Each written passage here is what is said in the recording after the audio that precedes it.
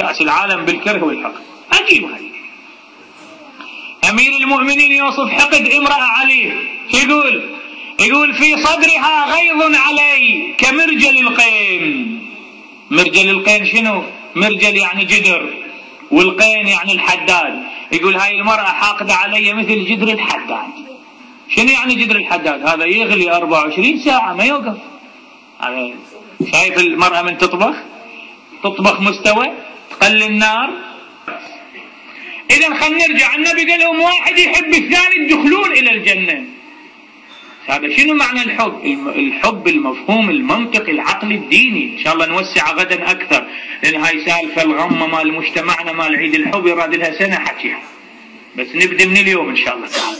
إن شاء الله نفلش هذا عيد الحب إن شاء الله، إن شاء الله ما يستمر عيد الحب هذا، وحقه كله يسووا بالتقية ويسووا بالسراديب بعد إن شاء الله تعالى.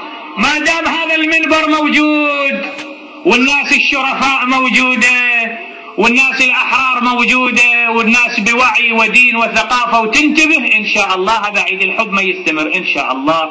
صيحوا بأعلى أصواتكم لبيك يا حسين.